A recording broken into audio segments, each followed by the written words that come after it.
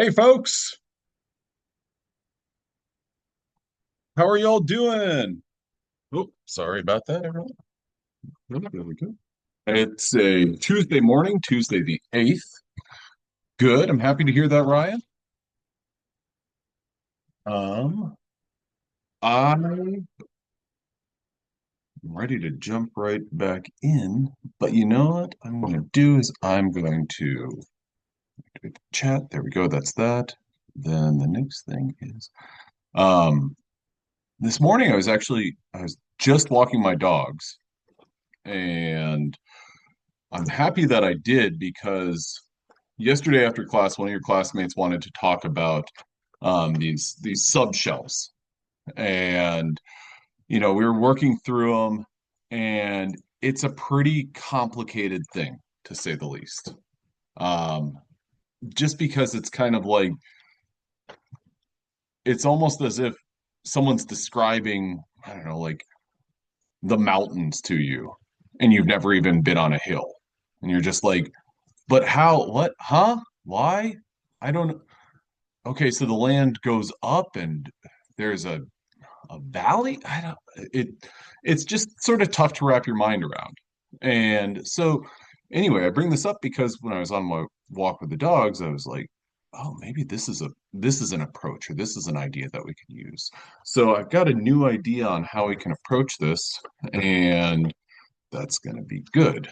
Then I also wanted to mention that tomorrow is going to be, and this is with all of our Wednesdays moving forward, um, they will be pre-recorded lectures just because the day after an exam, so our exams are on Tuesdays. The day after an exam, I want to give you guys the opportunity to either rush back into the material or, take it kind of casually. Um, so this will be tomorrow will be a pre-recorded lecture that will be posted hopefully by about 10 p.m. tonight. Very latest, it'll be posted before your class tomorrow or our Zoom meeting time. So, in summary, though, there will be no live Zoom meeting tomorrow. However, I will be available by office hours. I'll join our regular classroom meeting at 10 a.m. and hang out there for a little while, just kind of like we did last Thursday. If you have any questions, join and I'll answer them. We can discuss if there's anything you want to go over. I'm glad to discuss and help you out with that. So, like I said yesterday, we were going to start off with this slide right here. And as soon as I make some changes to my display, then it will help your display be a little bit more clear. Okay, so this right here is what's known as the Bohr model of an atom, BOHR, named for a guy named after a guy named Niels Bohr. And he basically proposed that, in the center, you've got protons and neutrons, positively charged protons, and then neutral neutrons. So I'm just going to put a zero there. And then outside of that, that should be P in it. So I'm just going to say plus zero. And then outside of that, you got these rings that get larger and larger and larger. And on each of these rings, you can hold like 2 electrons or so. And there were some rules like, okay, well, the first ring around your nucleus has 2 electrons. And then the second ring, you can have up to 8. And then beyond that, it's 8 electrons. So these were just kind of the rules that were cooked up. And, you know, if you had 10 protons in your nucleus, then what you would have is 2 electrons on this first ring and then 8 electrons on this next ring. And this was all kind of a theory. And then as time went on, Niels Bohr's model of an atom, there were some deficiencies. And so as is the case with science, you have a theory and you say, hey, this is the best information that we got. I think that this is true based on all of this evidence. Um, Time goes on, somebody brings new pieces of evidence, and they're like, wait a minute, this needs to be I always like to use this word reconciled with this. So this old data, well, it seems like there's some holes in the punch or in the plot line there. So what are we going to do about that? And so over time, this orbital theory of an atom came out. And so this was with, if you've ever heard of quantum mechanics or quantum theory, that's what this is all based on. And so we had this idea of, this ultimately gave way to this orbitals or the subshells, or sorry, these orbitals and subshells. So the idea is that each one of these subshells, and there's a whole bunch of different subshells, can hold two electrons. And you might look at these shapes and be like, how did we go from this shape to that shape? This is a I don't get that. Um, this is all mathematics, mathematical probabilities.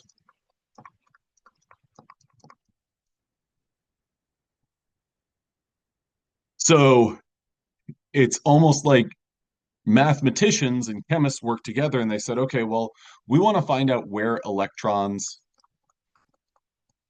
are.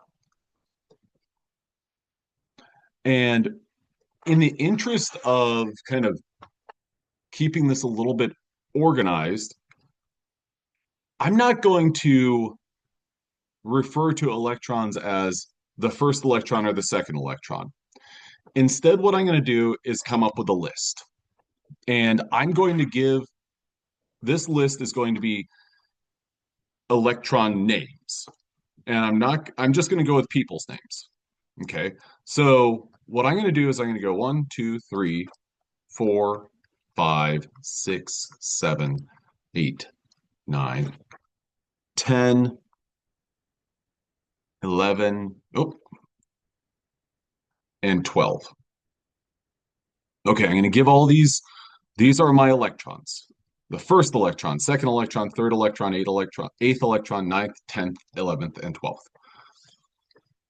Now, so we're following this. Can anyone add to the chat how many electrons a neutral element of Copernicum will have? I'll give you the hint that has a symbol of Cn.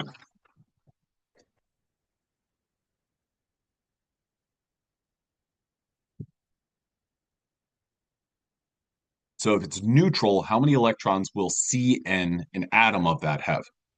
Perfect. 112. Great job. So now let's go with a neutral atom of magnesium. How many will that have? Wonderful. Now, what I'm going to do is I read this book a long time ago about memorization, and apparently there's like this competition around the world for people to memorize things and like a deck of cards and the sequence of it. And one of the things that they said was that if you can associate with something that you're familiar with, it can be helpful. And I thought that I'd go ahead and just use people's names. And these people's names are just going to be randomly assigned. And just think about this as I'm naming the first electron. I'm going to name it Alan. Why am I going with Alan? Because I am in the process of cleaning up my baseball cards from when I was a kid. And lo and behold, Alan Trammell, the Detroit Tigers longtime shortstop, is the card that's in front of me. Okay. Is Alan a name that anyone has ever heard of? Give me a Y or an N in the chat. Okay. So Alan is the name of electron number one. Can you give me a number in the chat if, okay, cool, I follow that.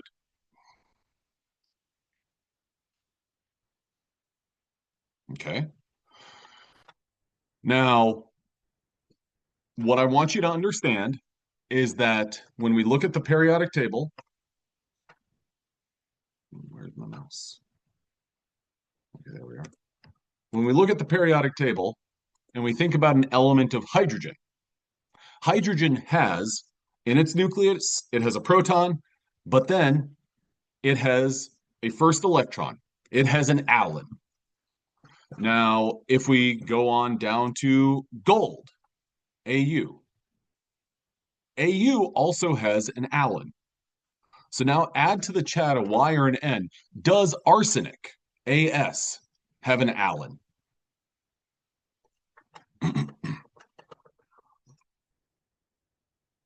Okay.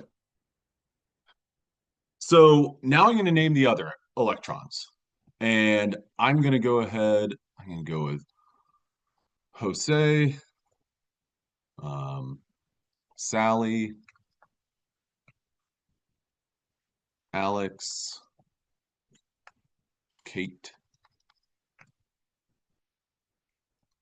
Joel. That's my name.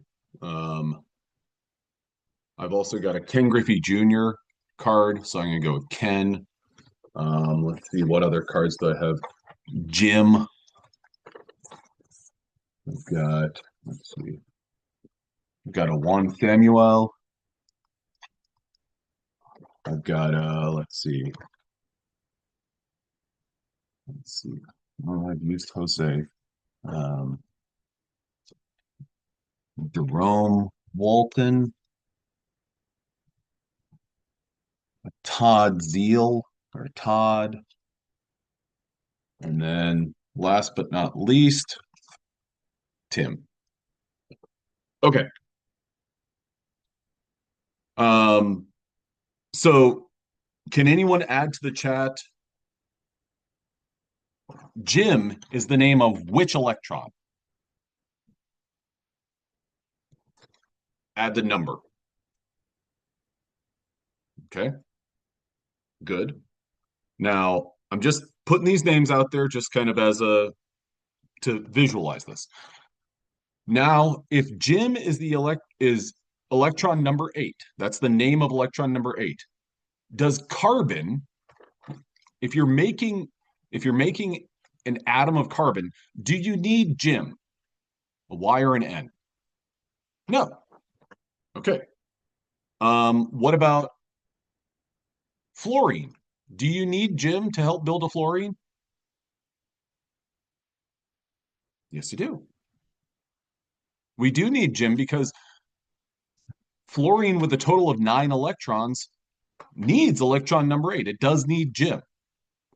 Now, with fluorine having 9 electrons, looking at this list, what is the final electron? What is the name of the final electron that fluorine is going to use or need? Could you type in the name? Perfect. Okay. So what I want you guys to do is I want you to look at this S subshell. This is in 3 dimensions. So we talked about this yesterday. A 3-dimensional circle is a sphere. And what we're going to do is we are going to build, let's build carbon.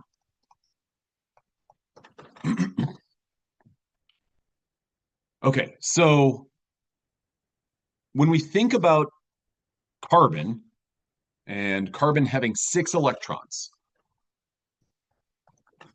what I want you guys to be thinking about is what electrons we need.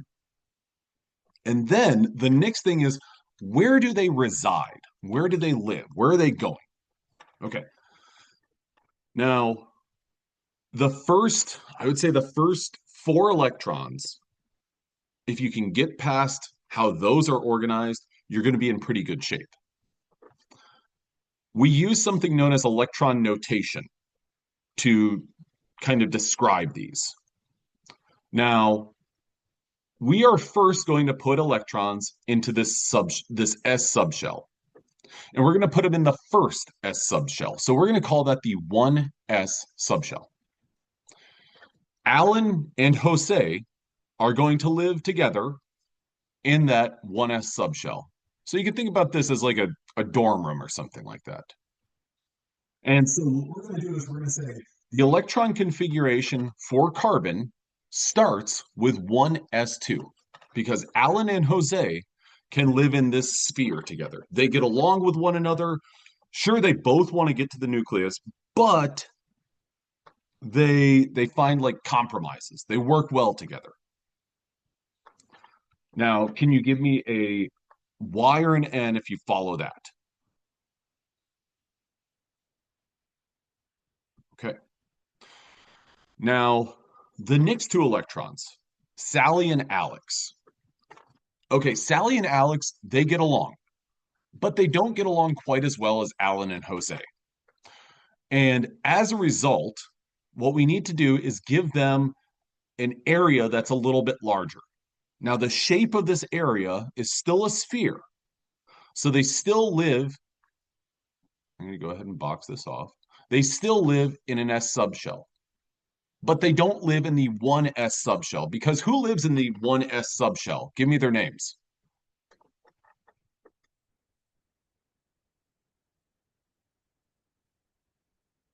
Alan and Jose. Great job. Alan and Jose live in the 1s subshell. Sally and Alex, they get along pretty well. They are also going to live in a S subshell, but they are going to live in the 2s subshell. Now, to give you a visual of this, what I always like to do is I like to think about the, let's say that the 1s subshell is a sphere, and let's say that it's Alan and Jose get along pretty well. We're going to say they live in something like a golf ball. And this is where part of the connection is a little bit strange, but they live in a golf ball. Sally and Alex, the two of them,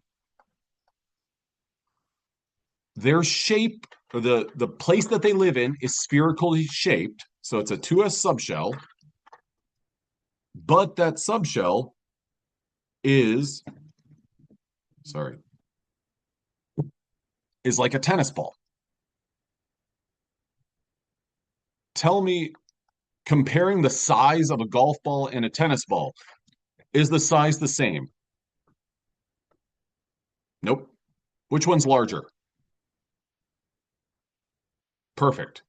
Oh, Didier, fantastic. I love that communication of just like no or NT. Perfect. It matches. It works.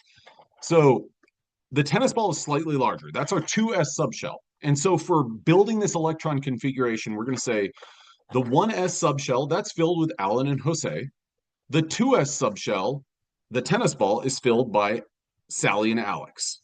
Slightly larger. Sally and Alex, they get along, but they need a little bit more space from one another than Alan and Jose do. Okay? Now, what we're going to do is we're going to move on to the P subshell. And in the P subshell, well, one thing that we got to keep track of is how many electrons have we kind of placed? Of our 12 people, how many have we placed? Give me that number in the chat.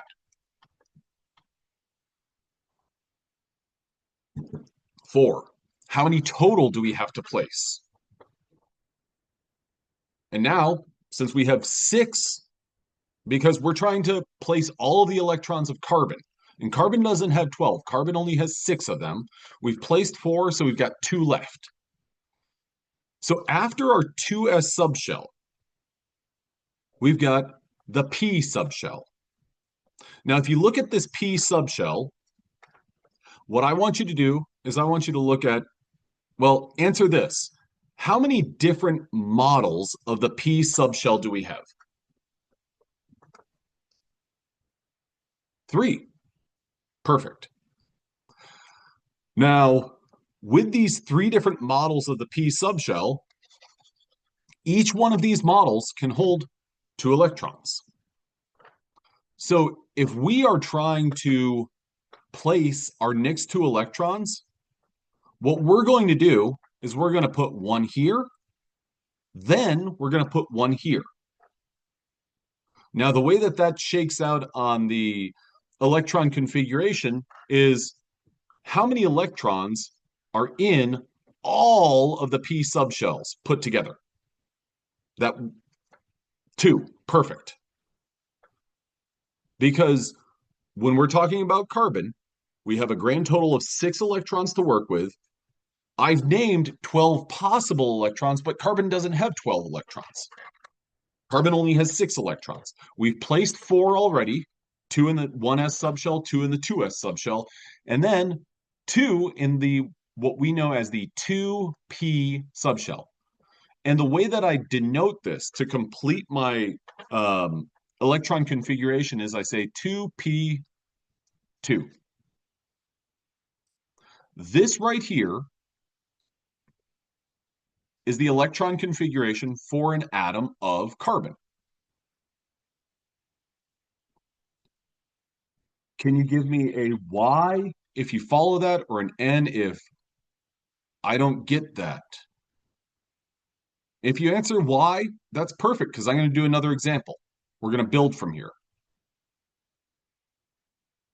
Okay, great. Now, what I'm going to do is I'm going to jump to the next slide so that I can erase some of what I've done already. Actually, I'm going to erase this.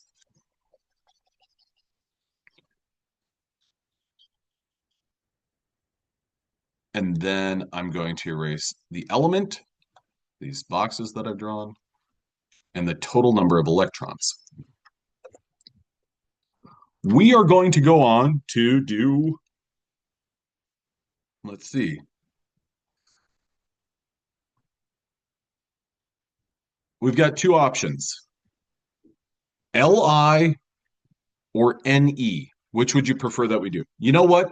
I'm feeling lucky. Let's do both of them. Deal? First things first. How many electrons does a neutral element of lithium have? 3. Perfect. Now, tell me the highest numbered electron. What's the name of the highest numbered electron that I need to build lithium?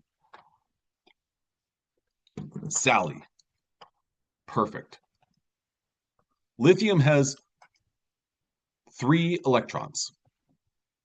Okay. Where do Alan and Jose live? Tell me that subshell in the chat. It's a number and a letter. It's the S subshell. Ooh, okay. So let me tell you something about the numbering and the naming of subshells. We use a number and then a letter. This defines the first S subshell. 2S is the second subshell. 2P, and this is really kind of strange, but that is the first P subshell. I'll come back to that in just a little while. But when I ask the question, where do Alan and Jose live? They live in the 1s subshell. The number that is your exponent here, that is the number of electrons that are in that 1s subshell. So if I ask you for, let's go with lithium, let's finish lithium off and then we'll revert. Lithium's going to have a 1s configuration. It's going to use the 1s, which can hold 2 electrons. Then it's going to use the 2s subshell, but how many electrons do we have left for lithium? 1. So we're going to have 2s1. Okay, can you give me a Y or an N if that makes sense? Wonderful. Now, what I'm going to do is we're going to revert back for a second. Rather than building neon, we're going to build hydrogen. How many electrons does hydrogen, a neutral hydrogen element, atom have? Do you have to put the 1 or leave it? When I did 2s1, I do have to put that 1. Because if I don't have anything there, if I don't have an exponent, that kind of looks like, oh, well, you have an S subshell, but it's empty. There's no electrons there. Well, we don't need that then. Does that make sense to you? Or did I answer your question? Okay, cool. So we'll jump ahead to look at hydrogen. How many total electrons does a neutral atom of hydrogen have? How many electrons does a neutral hydrogen have? 1. Okay. Tell me the electron configuration. So we're only using Alan to build hydrogen. Tell me the electron configuration for a hydrogen atom. Perfect. 1s1. Because that first electron is in the 1s orbital. Alan always lives in the 1s orbital. Alan's living there alone. Bachelor pad, I think people say. Well, I know people say that. So Alan's there by himself. Okay. Now, if we go on to helium, a neutral atom of helium has 2 electrons. So what is helium? 1s2. Okay. And then just a little bit ago, we did lithium. So for lithium, Sally was our highest point. We got the 1s orbital with 2 electrons in it, the 2s orbital with 1 electron in it. Great. Now, I'd like to see responses. Y or N, have what we've done so far, has what we've done so far, has that made sense? Add it to the chat. Y or an N. Okay, great. So we're primarily working with the 1s subshell. And then we moved on to the 2p subshell. So we skipped the 1p. There's no such thing as a 1p subshell. Now what I want to do is I want to build neon, Ne. Neon on the periodic table is on the far right-hand side. Neon is a noble gas. DDA is absolutely right. He's on top of it. Build neon, it's got 10 electrons. So my question, a Y or an N to the chat, will neon require the use of Juan? Is Juan going to help out with the construction of neon? Yes. What about Tim? Tim will not contribute to the construction of neon because Tim's the name of our 12th electron and neon only has 10 electrons. So we're kind of tapping out there. Now, in terms of using up these electrons, what I'm going to do is as I fill them or as I use them, I'm going to be kind of crossing out this 10E. So my first 2 electrons, Alan and Jose, they always live in the 1s subshell. So I've got a 1s2. Sally and Alex, where do they live? Tell me in the chat. Which subshell did they live in?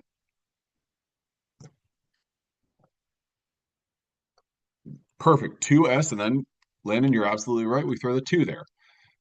So now we've got 4 electrons down. We've got 6 electrons left. We now have 6 electrons left. So we have ventured on into the p subshell. So we skipped the 1p because there's no such thing. We go to the 2p subshell. How many electrons, add in the chat, can this p sub x hold? This is one model. This is one image of a p subshell. How many electrons? 2. What about pz? Perfect. What about the py? Excellent. So all told, the p subshell can hold 6. How many electrons do we have left? 6. So our configuration for neon is 1s2, 2s2, 2p6. Did I venture on into the D subshell whenever I was dealing with neon? Nope, because I didn't have that many electrons. So I needed to get all the way down to Jerome was my last electron to help with the construction of neon. Okay, I'm going to do one more, and then we're going to proceed. That one more is going to be phosphorus. Phosphorus has 15 electrons. Now, let me ask you this. When I'm building phosphorus, I'm building an atom of phosphorus. Am I going to have a full 1s subshell? Y or an N to the chat. Yeah. What about 2s? What about 2p? Perfect. So really, whenever I'm talking about electron configurations, if I'm using more and more electrons, I kind of have this same core electron configuration that I can basically leave there. So I've placed 10 electrons. I've got 5 electrons left. Does everyone follow that? Add a wired into the chat.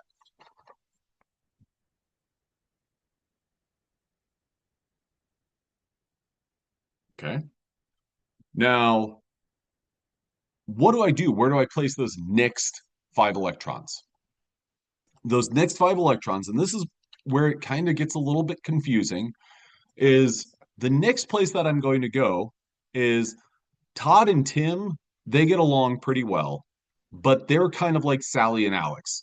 They get along decently, but they need a larger space.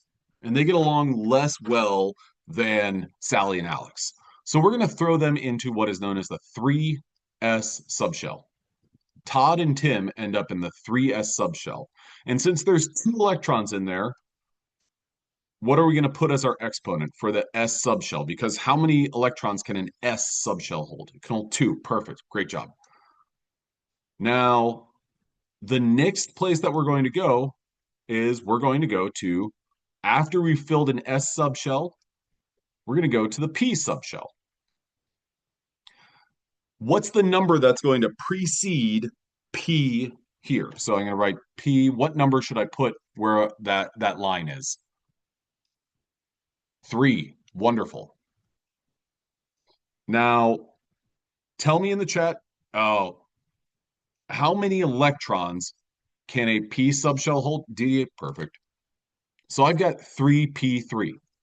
That is my electron configuration for phosphorus. Does everyone follow that? Add a wired into the chat. Okay. So what I'm going to do here is I'm not breezing ahead and jumping ahead to be like, oh, don't worry about it. But I want to show you the periodic table. Didier, that's a fantastic question, and I think that I'm about to answer that. Okay. When we look at the periodic table, I'm going to scribble helium out because helium really is right here.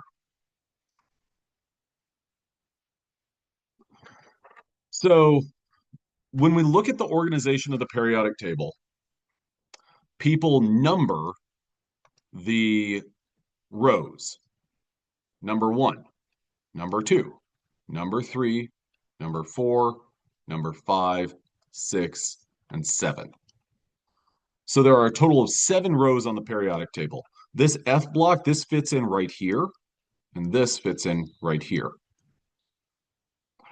Now, when we look at phosphorus, I'm going to scribble out its electron configuration there. It's got 15 electrons. 15 electrons. It has the 1s subshell filled. So I'm going to switch to, there we go. So basically, it's got the same electron configuration, starting with hydrogen and helium. It's got those 2 electrons, which, if I remember our names for those 2, it was Alan and Jose. Alan and Jose are the electrons that will work together to build up helium. Now, what I'm going to do after that is the next place that I'm going to fill up is my 2s subshell. After I've filled my 2s subshell, I'm looking at this 2 right here, I'm into the 2p subshell. So I'm going to cross this out. 2p. Done, done, done, done. After I filled my 2p subshell, then I go on to 3s1, 3s2.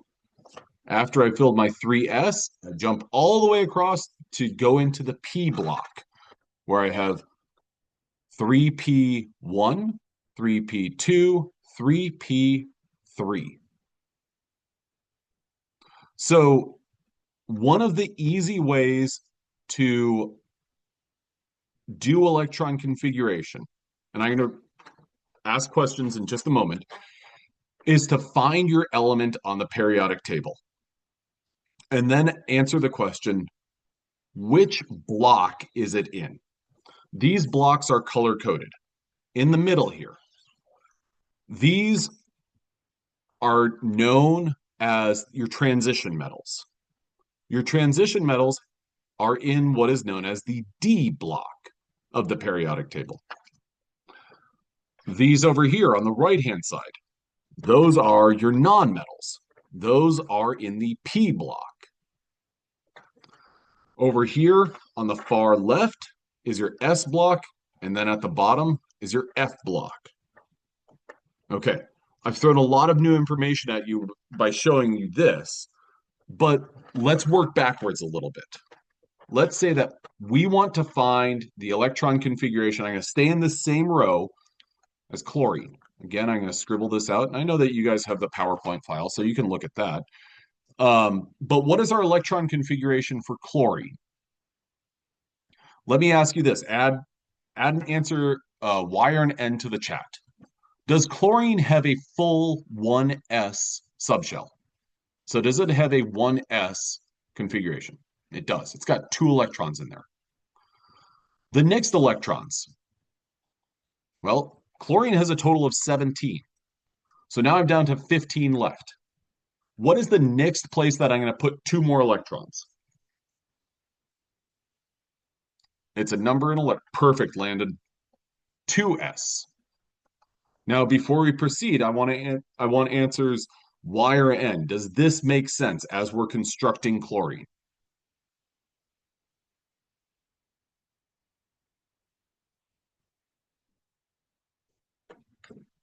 Okay. I've got 2 electrons in that 2s orbital. So I'm dropping this down. I got 13. So I have 13 electrons left of the 17 total for chlorine. The next place that I'm going to put electrons, add to the chat the next place that I'm going to put electrons after the 2s. 2p. How many electrons am I going to put there, DDA? 6. 2p6. So now I've got a total of 10 electrons, so I have 7 left to place. After the 2p, after 2p6, someone other than DDA. I knew. Okay. Perfect. Great job, Lynn. Great job, DDA. I'm sorry for saying no more from DDA, but you're doing a great job. So we've got 3s. We're going to put 2 electrons there. Then our next, let's see, that would be -3. 7 minus 3 is 4. This number right here that I just put a big circle around is the total number of electrons that we need to place.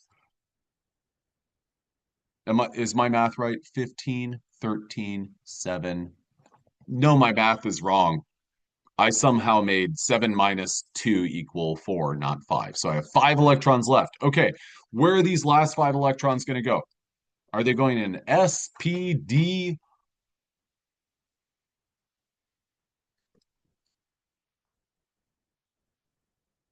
Perfect. Great job, Heather. They are in a 3p5 subshell. Okay, so this doesn't address whether or not we've gotten to the D block. But before we go there, that's where we're going next. Does this make sense? I'd like a response of Y or N in the chat. Especially those people who a moment ago were like, no, it doesn't make sense. Does it make some more sense? Okay, okay. Now, what I'm going to do is clear all these markings, clear all drawings, and then we are going to do the electron configuration for copper. One thing that I need you to know about copper is that when you start numbering the D block, our numbering gets a little funky. This row right here is the 3D subshell. So numbering of the D subshells uses 3 rather than jumping straight to 4, which is definitely confusing. But let's go ahead and do this one. With copper, we have a total of 29 electrons. We know that copper is going to have 1s2. It's going to have a 2s2 because that's 4 electrons. So now I'm going to drop it down to 25. I'm going to try to keep tabs on this. And if my math gets screwed up at all, please don't hesitate to stop me. After the 2s, I'm going to put 6 electrons in the 2p. So 25 minus 6 is 19 electrons to go. Then I go into the 3s, where I have 2 electrons. Then I go on to the 3p, which that's going to be full. 3p6. So now I think I need to catch up on my numbering. -2, 17, -6, 11. So 11 electrons left. This is my number that's left to place. Then I'm going to come down here to the 4s. So I'm going to say 4s -2, 9 electrons left. And where is copper? Copper is right here, where I've just put a big X. Maybe I should put a box rather than an X around it. And that is going to be my 3d9. Does it always switch from S to P after the first 2 subshells? So after 2s, yes, we'll go. We're just think about it as I'm reading across the periodic table. So S and then P, S and then P, S, then D, then P. Does that help at all, Landon? Okay. And so now, once we get down to Superman's home planet of Krypton, that is our 4 P. Then we're going to go to 5s, 4d, 5p, 6s. And here's where it gets tricky. And I'm just going to touch on this, but I'm not going to go deep into it. Here we go, 6s, and then it is to our, here's where the number gets really funky whenever we deal with the F block. We go 6s, and then we integrate that D and F block. And, actually, that's where I'm going to leave it. I mentioned the F block previously as like lanthanides and actinides. You rarely ever mess with those. But let me ask you, Y or N in the chat. Does this make sense whenever you look at basically row 5 and up?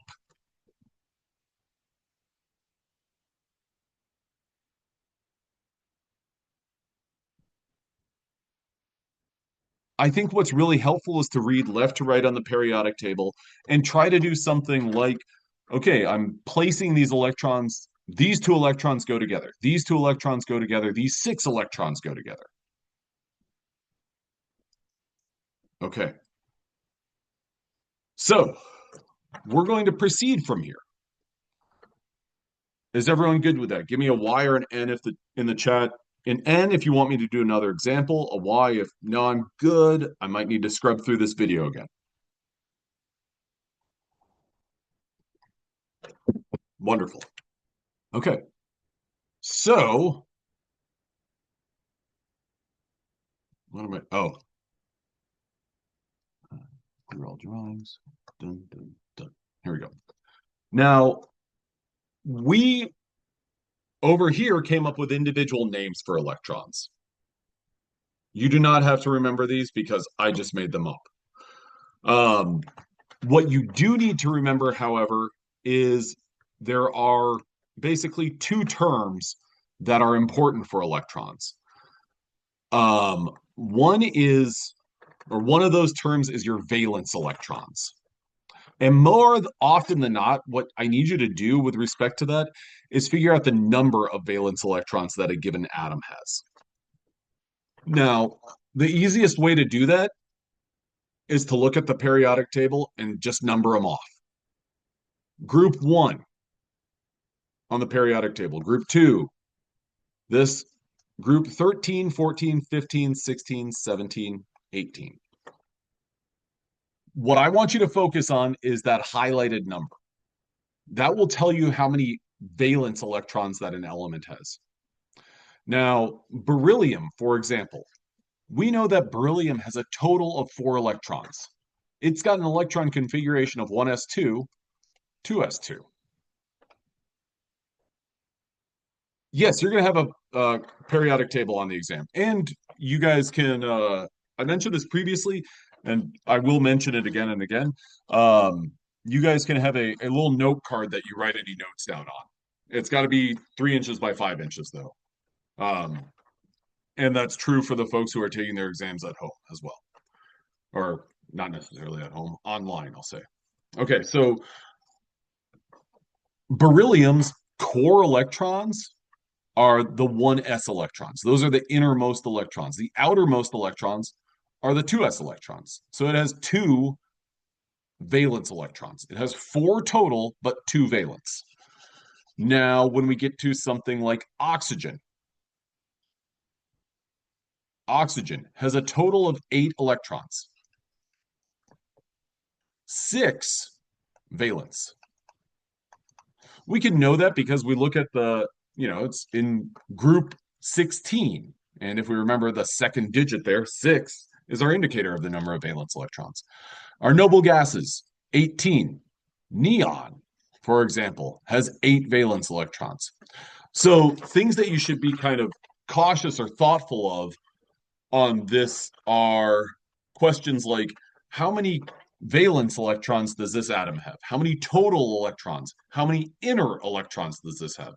So just as an example, how many valence electrons does chlorine have? Add it to the chat. Great. 7. What about bromine? How many valence electrons does bromine have? Okay. How many total electrons does bromine have? A neutral bromine. Awesome. Now, these valence electrons are super important because they are what is responsible for helping something bond. Now, we'll jump ahead from here because we've got lots of engagement and I'm happy with that. When we look at the periodic table, we can get a lot of information from it. The organization of the periodic table or the setup of the periodic table can kind of be simplified pretty easily. These elements right here,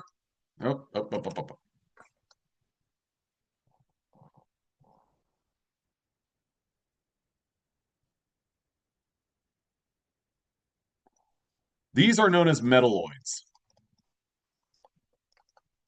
And they're kind of the dividing line between your metals on the left-hand side and on the right-hand side, your nonmetals.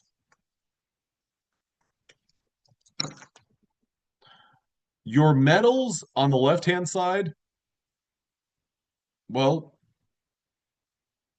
when you think about a metal, there are things that I'll say what their properties are, and you'll be like, oh, yeah. Can anyone share with me a property of a metal? And just to give you, to kind of get the gears turning a little bit, aluminum is a metal. Copper is a metal. Platinum, gold, silver, these are all metals. Could anyone share a single word for how they would describe a metal? Oh, Sparrow, well done. Looking for those 2 terms. Those are great ones. Gold is highly malleable. It's flexible. You can bend it. And these are things that are great at conducting electricity, transferring heat. If you compare that to, let's say, I'm trying to think of something that's just copper.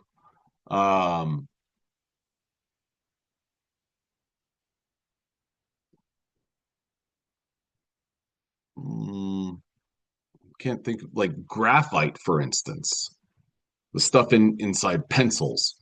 That's not particularly good at conducting electricity. Electrical wire, copper wiring.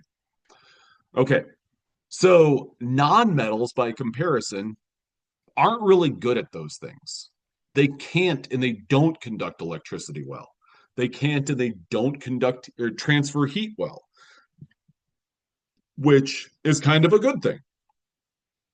Meanwhile, metalloids. Well, if you think of metalloids like silicon, not silicone, silicon. Where do you find silicon quite often? And not necessarily like, oh, I found some in my backyard. What's something that you use that you're using right now to be in this class that uses silicon? Laptop. Laptop has a bunch of computer chips, and those computer chips, well, they have lots of silicon. Um, is there electricity powering this laptop? Yeah. Are there tons and tons of electrical signals being sent through this? Yes, there are. When you put your laptop on your, let's say you put it on your lap. What a concept. What if you put it on your lap, if you put it on your legs, your legs might get a little warm, but um, let's say that you did the same thing. Okay, you got two options. You can either get an aluminum pan, put it on your range oven for 10 minutes when the range oven is heated, and put that on your legs, or you can put your laptop on your legs and use your laptop for 30 minutes. Which one would you prefer? And you don't want to get burned. Probably the laptop. Good. Yeah. Because the laptop can conduct electricity, but it doesn't necessarily transfer that much heat. So that's what's great about a metalloid. Metalloids are great at doing some things, but not all the things that metals do, because metalloids have properties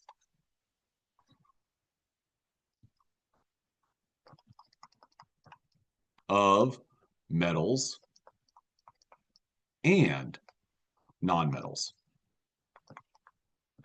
Nonmetals are not good at transferring heat. Metals are great at transferring heat. Metalloids, decent at transferring heat. Metalloids, you can kind of play around with it. If you want it to transfer heat, it will. If you don't want it to transfer heat, it won't.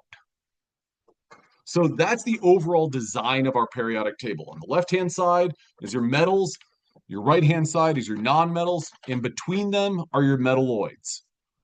Being able to identify these different things is something that will help you. If I give you a symbol and say, what is this? Well, you'll have your periodic table, so you can reference that, but these notes are not on your periodic table. The organization is not. So being able to, see a blank periodic table and do this. Okay, under boron, silicon, germanium, antimony, polonium. There we go. There's our metalloids. That's going to be helpful. In addition to that, different parts of the periodic table have very similar properties. We looked at this previously with lithium, sodium, and potassium when we threw them in water. The periodic table that you have on the exam is not color coded. So I think that a good approach is going to be to like look at the symbols and say, you know, come up with an acronym or something like that and say, okay, boron, under boron, germanium, antimony, polonium, done. BGESDPO. Let's see. I'm sure that there's, really when it comes to everyone knows what a mnemonic is, right? Add to the chat wire and N. Yeah, I know what a mnemonic is. The best mnemonics are always the ones that are like swear words. So, you know, POSB. I'm not going to try to come up with a swear word mnemonic. I like to think that someone is sitting there watching and they're like, this guy's about to get himself fired. He's going to come up with a really crude. He's not. Anyway, those are from my experience, those are the most memorable ones. Um, anyway, I'll stop there. Okay, so classifying elements, groups of elements. Alkali metals, lithium, sodium, potassium. Throw them in water, they light up. They give off a lot of heat whenever they do that. They ionize, they lose an electron. Non-metals and metals, well, these are great examples of non-metals and metals. Silicon right here. Oh, does that kind of look like a metal? Yeah, it kind of does. Does it kind of look like a rubber stopper? Yeah, it kind of does. So it looks both like a metal and it looks like a non-metal. And you might think, oh, well, appearance, that's what we're basing it on? Yeah, we are. These copper filings, well, they're shiny. And then if you picked them up, they're pretty hard. So those are properties of metals. Mercury, well, oh, well, that's shiny, but Mercury is kind of funky. Hg, if we look at it on the periodic table, where is Mercury? Mercury's right here. Mercury is a transition metal that happens to be a liquid at room temperature. So it's got properties that are similar to metals and, or sorry, Mercury has properties of metals. Chlorine and sulfur. These are both properties of nonmetals. It's either a gas at room temperature or this solid is super brittle. If you got sulfur in your hand and you kind of like ground it against your palm, it would break up. Okay, so that's a wrap on the lecture that was yesterday's. Now, what I'm going to do, you guys can take a breather for a second. Um, and if you have any questions about any of that, feel free to ask.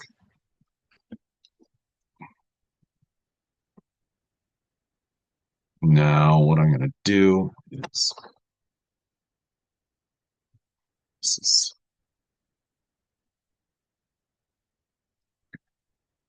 um,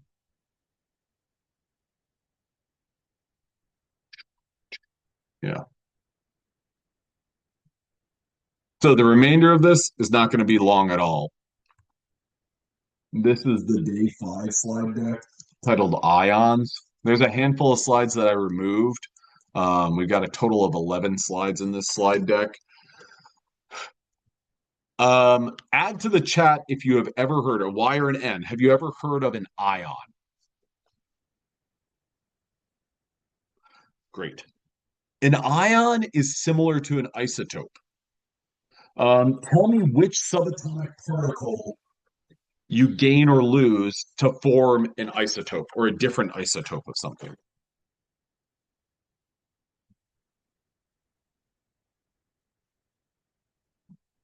We've got protons, neutrons, and electrons. We know that we can't change our protons. When we're talking about we can't change our protons because that changes the element. When we're talking about isotopes, the number of neutrons change. When it comes to ions, electrons change. Or I'll say number electrons change. Okay. Now, what's important to know about metals and nonmetals and the organization of the periodic table is that metals conduct electricity pretty well. Nonmetals don't conduct electricity very well. One of the reasons that metals conduct electricity well is that they form, I'll say metals form positive ions easily. And they form them well. Now, what we've done at this point is we've talked about where electrons are, and we've classified electrons as valence electrons, those outer ones, and core electrons. When something loses an electron, and let's talk about, just as an example, lithium. An electron configuration of 1s2, 2s1. Electrons 1, 2, 3. It has Allen I can't remember if it was Sally. It wasn't. And then Jose. Between Alan, Sally, and Jose, tell me the name of, and I'm just going to leave it as valence electron, and then I'll put in parentheses S. Or, yeah, name the valence electron, and I'm putting a question mark by the S. Does it have multiple valence electrons? Does it have a single valence electron? What's the name of lithium's valence electron? Jose. Jose is the only valence electron that lithium has. You're absolutely right. Okay. So let's say that we've got neutral lithium. We've got plus, plus, plus, and then neutron, neutron, neutron, neutron. First question is, what is the weight, what is the atomic mass of this lithium isotope that I'm drawing in this box?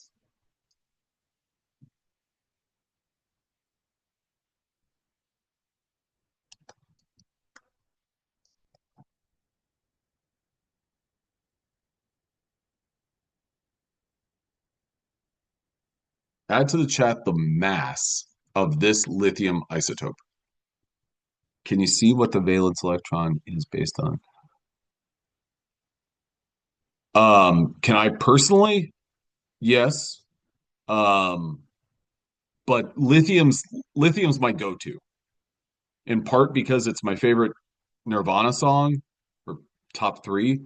And so I use that example. But I would recommend that you kind of like find one example that you can defer to, because lithium to me captures a lot of things, because it gives me that simple valence electron, or that simple electron configuration, and I remember it's in group one of the periodic table, so it only has one valence electron. Um, Another thing that I think about is, okay, well, 1s2, that's my golf ball, and then 2s, that's my larger sphere. Okay, so between these two, which one's in the core? Well, 1s is the core, so then everything outside of that is valence electrons. So, but my question for you guys, add it to the chat.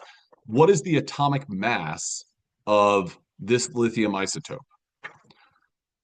For our atomic mass, remember we're counting up our protons, or our mass number, I'm sorry, protons plus neutrons. I've got 3 protons, 3 positives, and 4 neutrons, or 4 n's. So 3 plus 4 equals 7. Now add to the chat, what is the charge of this lithium ion?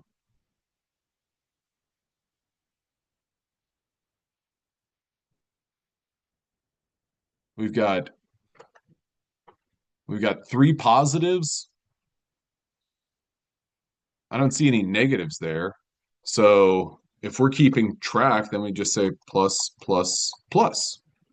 There's only 3 positive protons. They're all subatomic. There's only 3 positively charged subatomic particles. There are no negatively charged subatomic particles. So plus 3. You're absolutely right. I'm going to update it. Alan's going to join the party. What is the charge of this subatomic or what is the charge of this ion? Plus 2. Sally's going to join the party. Now what's the charge? Plus 1. And then when Jose joins in, perfect.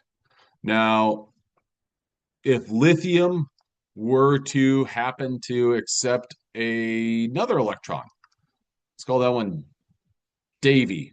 Now what's my charge? Perfect. Now, if I were to, okay, so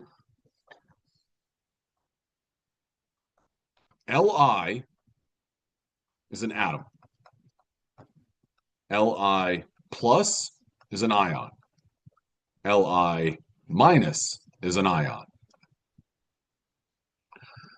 So if you have something, or lithium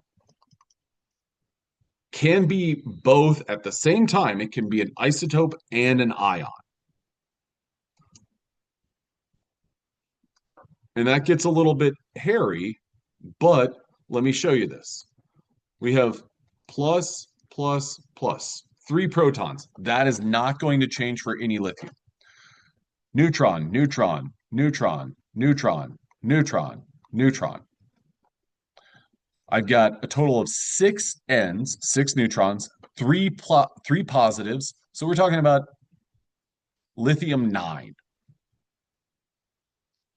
That's my mass. Then I've got 1 and 2. Isotope is having neutrons slash ion. Yeah. Having different numbers of neutrons. I like it. That's a great way to think about it, Landon. I've drawn 2 electrons here, so this is a plus Li. So this is the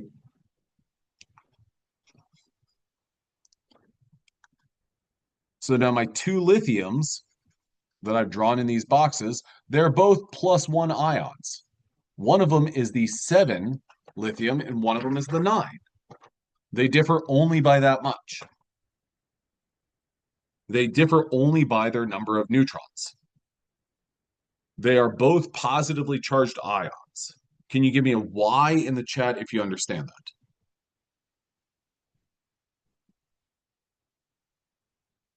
Okay, great. Now, that's the important takeaway of this. I'll go through the remainder of this, but what we're most interested in is our valence electrons. Now, we will talk about tendencies, and we'll talk about Lewis symbols. A Lewis symbol is a way of drawing a kind of the valence electron configuration of a molecule, of an atom. Draw Lewis dot symbols to represent valence electrons. So the way that you do this is you find the symbol. On the left-hand side, we have Al. Al is right here. Aluminum has a grand total of 13 electrons. When we are drawing a Lewis structure or a Lewis symbol, we don't care about all of the electrons. We only care about the valence electrons. So what we're going to do is we're going to go back over here. And we are going to draw a dot, another dot, and another dot. That is the Lewis symbol of aluminum. Now we're going to go back.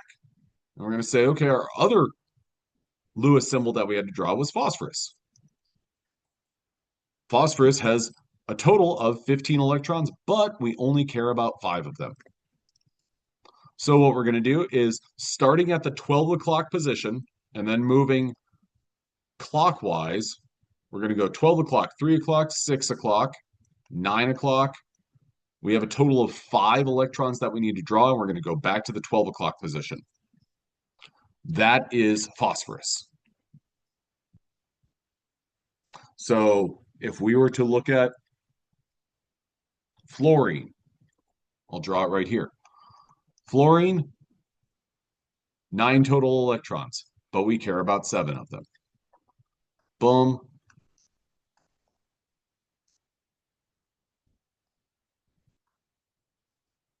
There we go.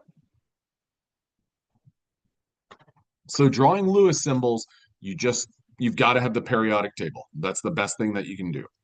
Now I bring this up and show you these because an ion, let's say if we change if you have an ion, is drawing the Lewis symbol going to be a little bit different? Absolutely.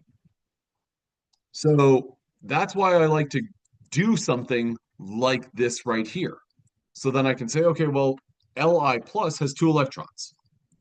How many valence electrons does it have? Well, it lost its outermost electron. So the Lewis symbol for Li plus is this right here. You actually draw none of the electrons because of the fact that it lost the one valence electron. Now, to visualize all of the different, uh, well, Li plus. So Li versus or compared to Li. We know that it lost one because it has a positive charge. Does that make sense, Landon? Okay, cool. Thank you for asking. Now, this shows all of our rundown of our main group elements.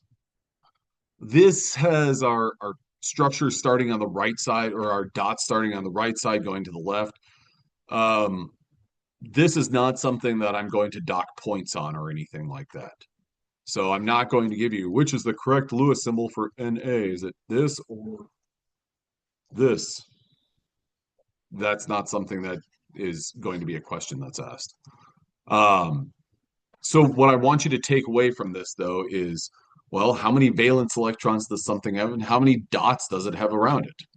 Bromine, 7 valence electrons, it has 7 dots around it. The max number of dots is 8. And that plays into, or that relates to our electron configurations.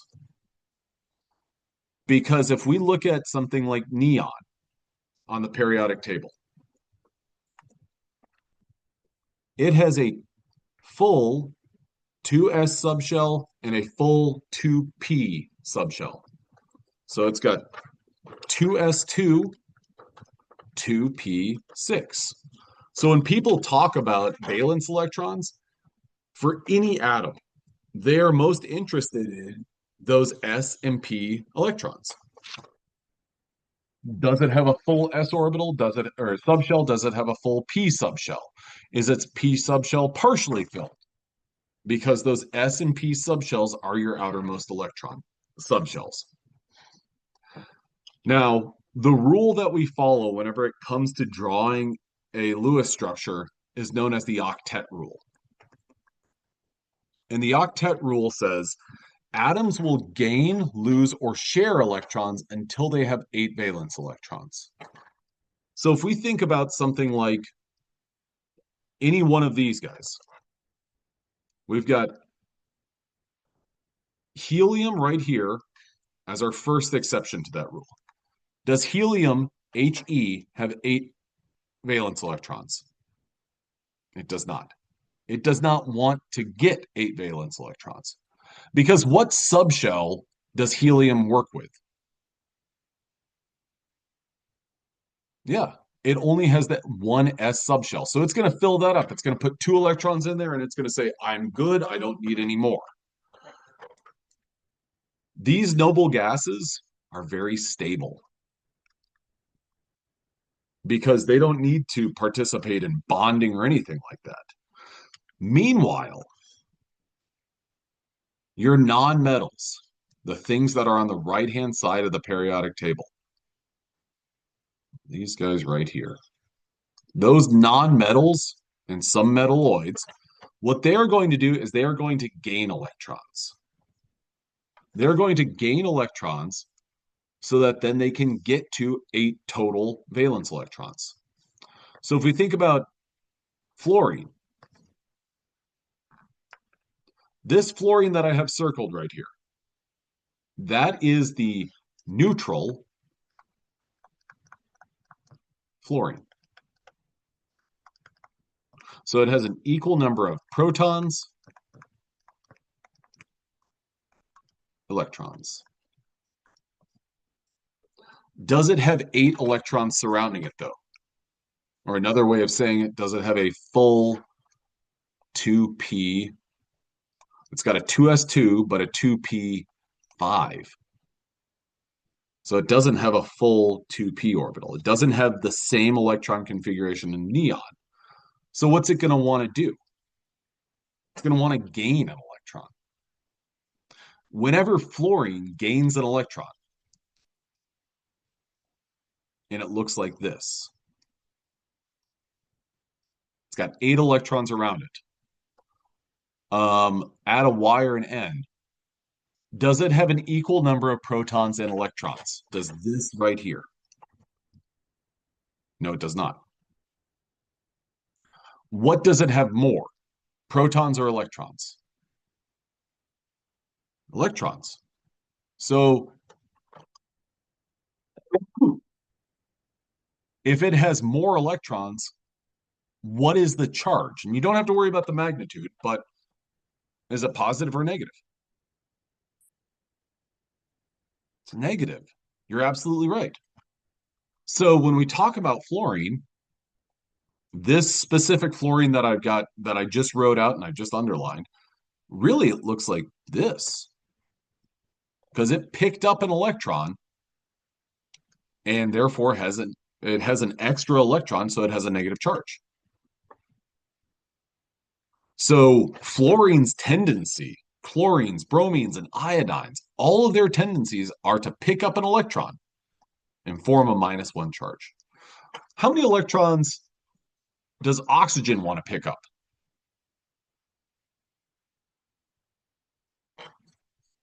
To satisfy that octet rule.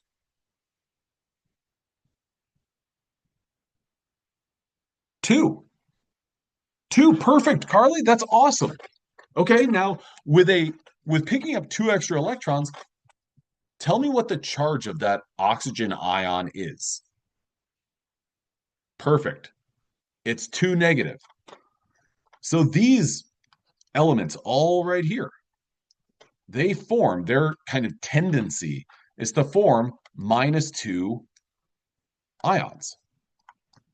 These right here, -1 ions.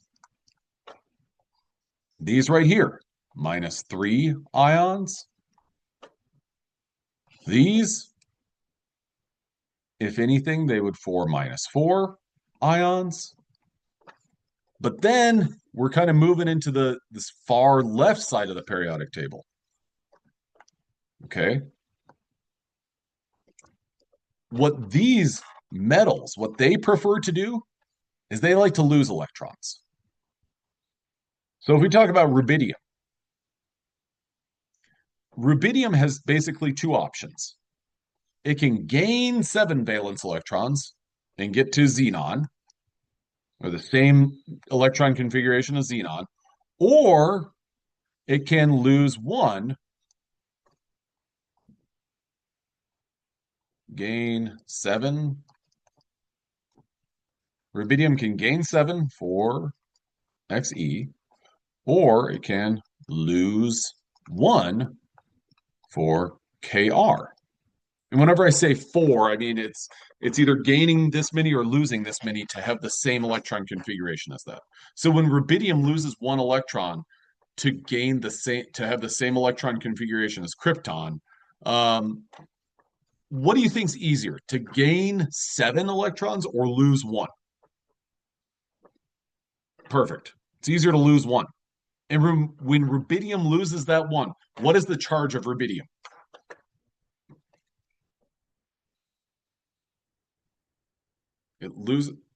It starts out as neutral. It's positive. This rubidium right here has the same number of protons and electrons. When it loses 1, I'll say same number pro and elect. When loses 1, now it has more pro than. So rubidium is going to be Rb plus. What do you think magnesium is going to do? Well, we know that it's going to lose electrons. Okay. It's going to be Mg plus. Do you think it's only going to lose 1? Tell me the magnitude of the charge of magnesium. You're right, it's positive, but is it going to be +1, +2, +3? And maybe I'll jump back to the periodic table and show you that.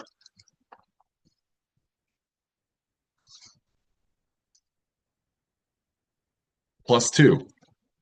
So this brings up the point of, or this brings up the idea of common ions.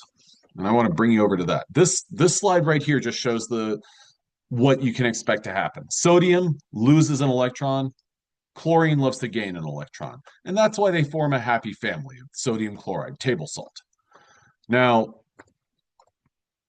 this is a list of common ions. These are your most common ions. Oh, there we go. Things in group 1, they tend to form +1 ions. Group 2 tend to form +2 ions.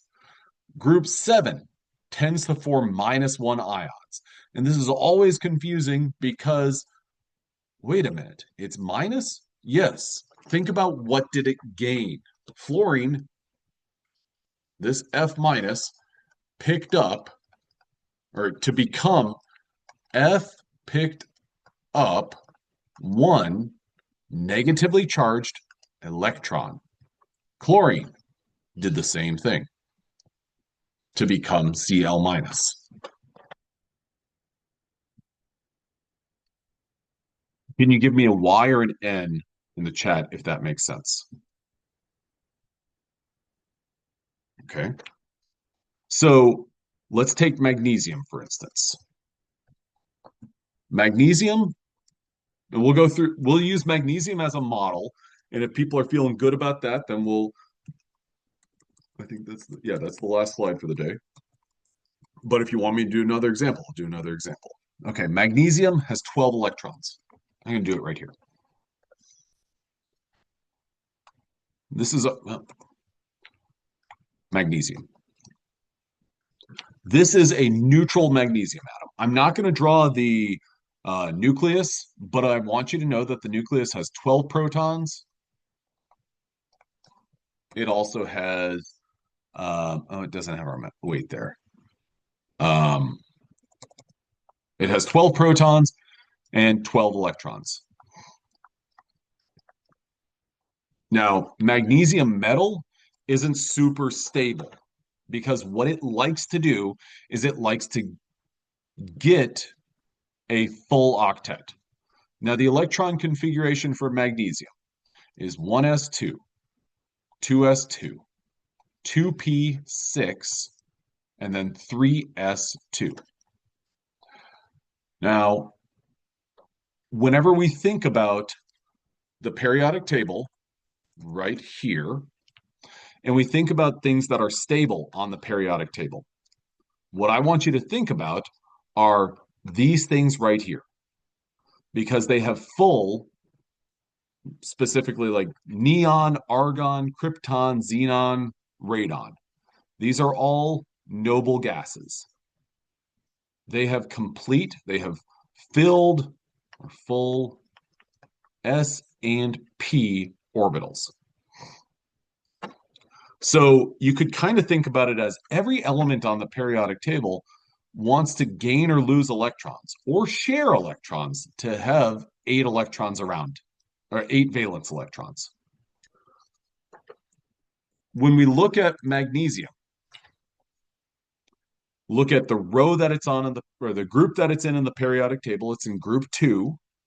Or if we look at the 3s orbital, how many valence electrons does magnesium have? That's a good way to think. That's a pretty decent way of thinking about it. So it has 2 valence. You're absolutely right. Now, if we look at the periodic table and say, okay, well, what are the nearest noble gases compared to magnesium? One of them is argon.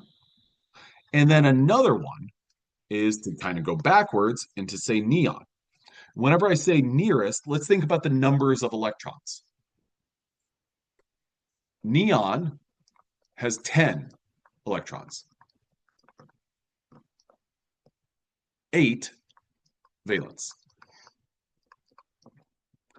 Argon, AR, has, it'll be 18 electrons.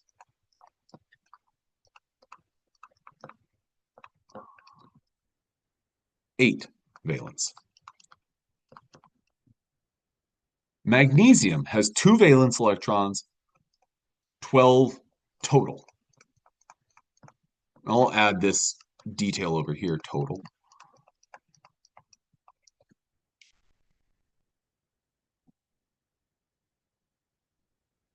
So I think it's a good idea to look at magnesium, look at neon, look at argon, and try to balance some things.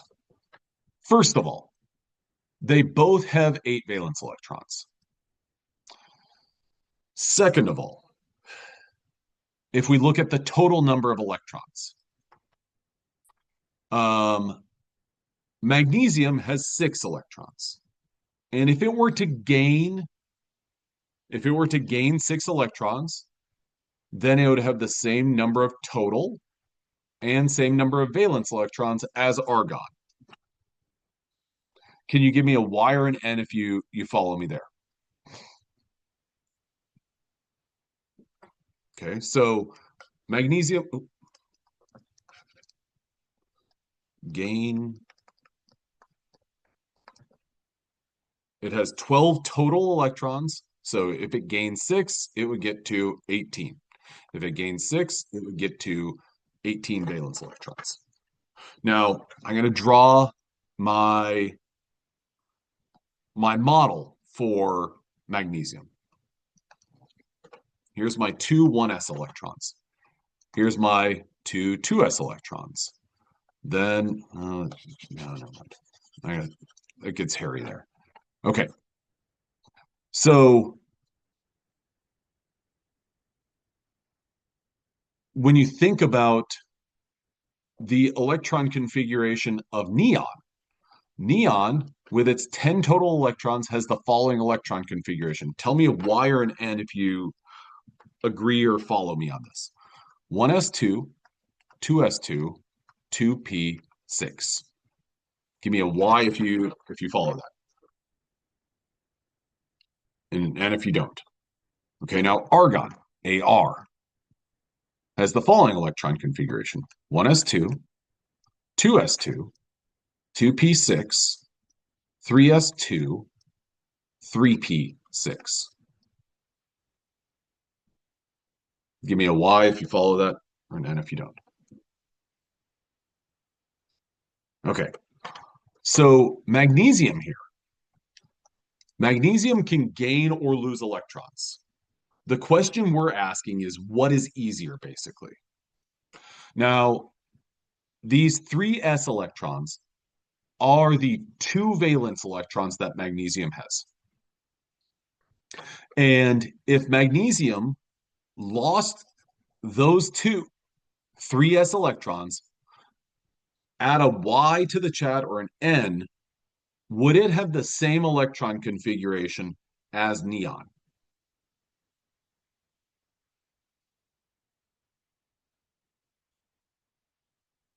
Okay. Now, alternatively, if it were to gain 6 electrons, would it have the same, or would it now have an electron configuration equal to argon? Yeah. Okay. Now, tell me, what keeps the electrons close to the nucleus? What is in the nucleus? What's the nucleus made up of? Protons and neutrons. Which one of those keeps electrons close to the nucleus? Add it to the chat. Protons. Positively charged forces pull negatively charged electrons. Okay. And when we talk about magnesium, it's got 12 protons. When you think about argon, well, argon has 18 protons. And this has 10 protons.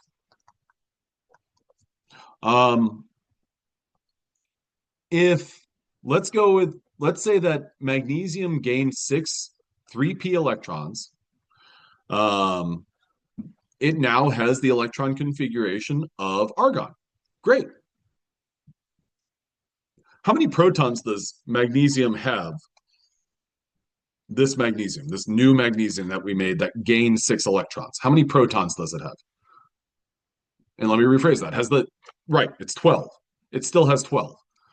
I always like to think about protons and electrons as, and this is kind of a folksy example, but I like to think about it as myself and my wife when we go to Target. We have 4 kids, and one of them is in a baby carrier because he's a baby. Um, we don't have a man-on-man defense.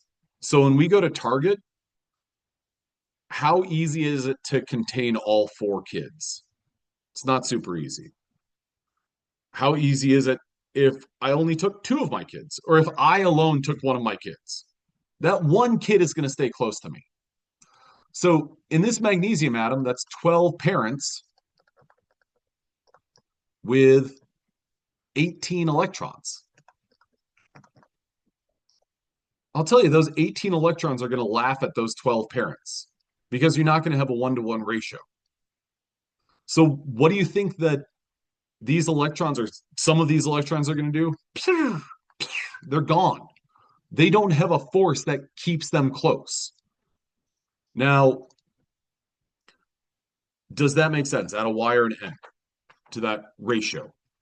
So we need to maintain a favorable ratio to keep the electrons close. So if we were to gain 6 electrons, we don't have that. If we were to, however, lose 2 electrons, we still got 12 protons. What do you think about these 10 electrons that remain? Are they going to stay close to the nucleus? Add a y or an n to the chat. Yeah, those 12 protons are like, this is easy. We've got 12 of us and then 10 electrons. So my question for you,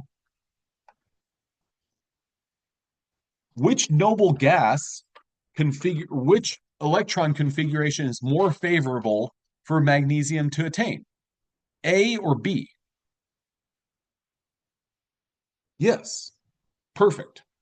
In order for magnesium to get the A electron configuration, or the same electron configuration as neon, what did it have to do?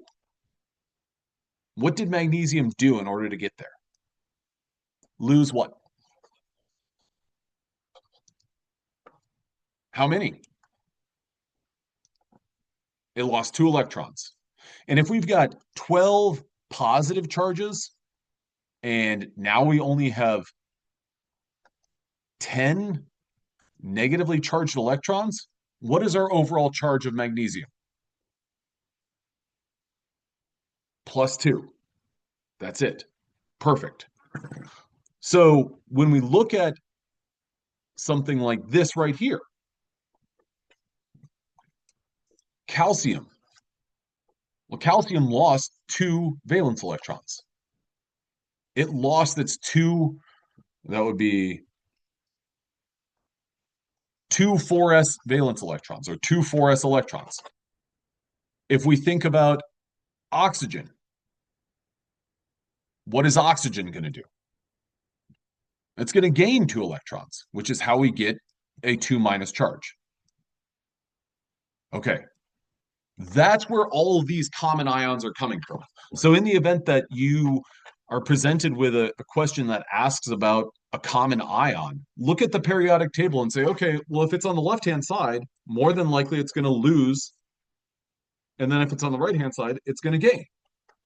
And then basically count over until the noble gas. Say, okay, well, it has 6 valence electrons, 1, 2. Okay, cool, -2. Phosphorus, okay, it's in 1, 2, 3. So it needs to pick up 3 valence electrons to have a full p subshell. Give me a y or an n if that makes sense. Okay.